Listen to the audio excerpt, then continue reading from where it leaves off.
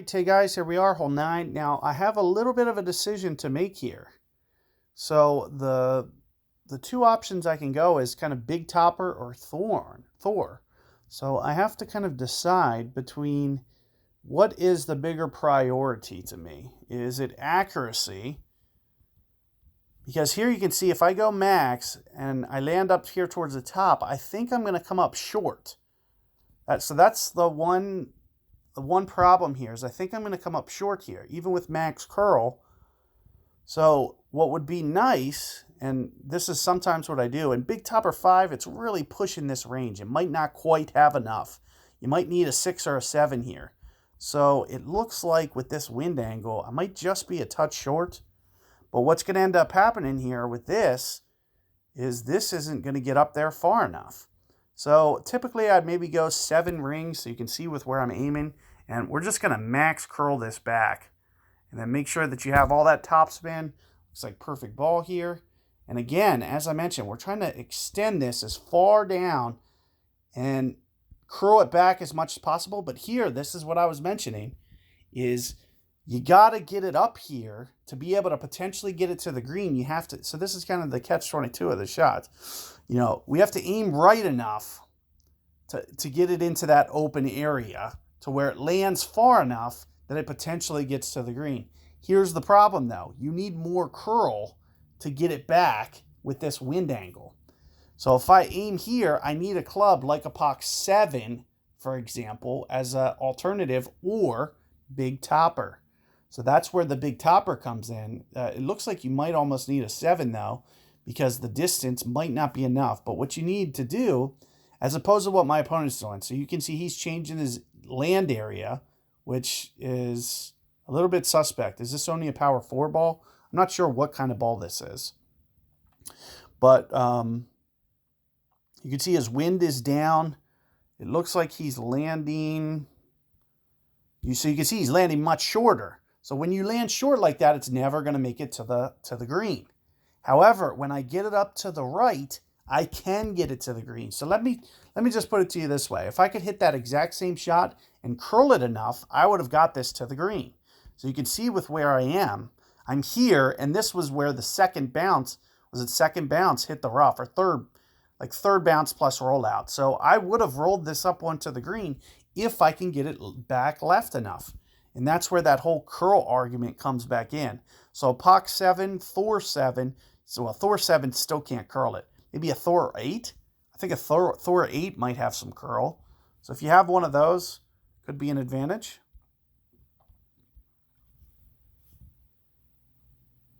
But as you can see, this is the biggest issue with this shot. All I'm going to try to do here is maybe play just kind of like a cup out to the left here. You can see I was right about 1 cup. Perfect ball.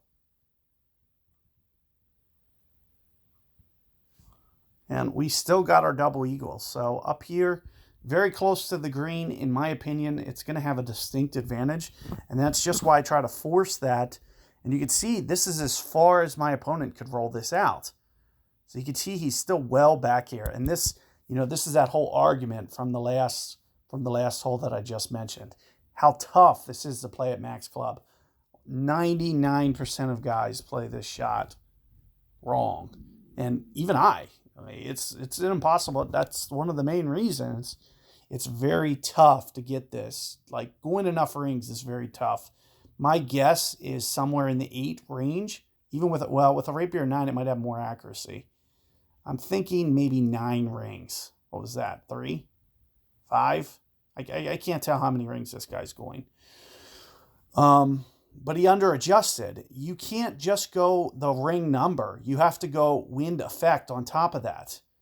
And that's where lies the problem. Because, well, first off, you only have like 1 ring of tolerance. You can't be very off. And if you need to go 9 rings, for example, if you go 8 rings, it's not enough.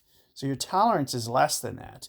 You have to be to make that shot, your adjustment has to be somewhere in like maybe, let's say it is 9 rings. You probably have to be 8.6 to 9.4-ish, or 8.7 to 9.3.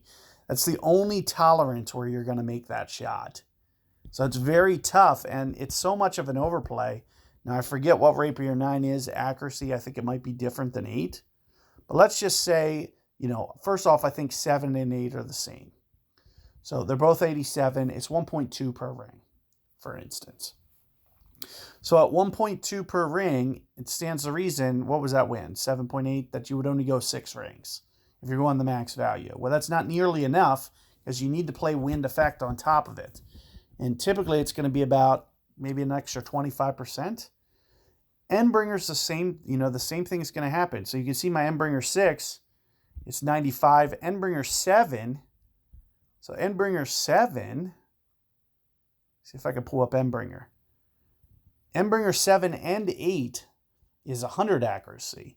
So that would stand to reason that, let's say that wind was 7.7, 8.1 is very close to the correct. However, this is still an under adjustment. So I'm going to need to go, I would go at least a plus 20 for wind effect there. So it would be maybe 9.7. And, conversely, let's talk about Rapier. So if I was to convert this to a Rapier, even if it was a Rapier 9 like that guy had, what does it change to? 8.4? That's still, and this may be just a tad light. It's hard to say for sure. Is 8.4 enough? I'm not sure. It might be more in the 8.7 range, which is kind of in that tolerance window that I was mentioning. I know that it's somewhere in that range, but it's very tough to get that precise ring adjustment because you need to play so much wind effect, and most guys don't play enough. So you'll always see whatever the way the wind's pointed, they always miss on the light side. The converse of that is they might try to overplay it and try to guess, and then they'll just go too many rings because they're trying to play that wind effect and just guess. So you might see, some times where guys will just be like, oh, I need to go more rings, and then they'll just end up overshooting and maybe going 10 rings, for example, to try to play that. So it's very tough to get that adjustment down, but that's more or less what you're looking at. Keep all that in mind. Hopefully that, helps clear some things up for you guys as to why your pitch game might be so hard. Just keep in mind, I try to avoid max wedge range for this reason. This is distinctively why I try to not hit those shots ever. I know how hard they are. I think they're some of the top. I'd rather hit sniper. Let me put it to you that way. I'd rather play a sniper from 200 yards than a wedge from 40. So, keep that in mind as to how tough that shot really is. So, but good luck out there with your tournaments, guys. Hopefully, your rounds are going well, and just really focus on those adjustments. Keep that other guide that I put out in mind. If you want to see just kind of different perspectives, there's 2 sets of guides. So keep that in mind. Good luck, and I'll see you guys next time.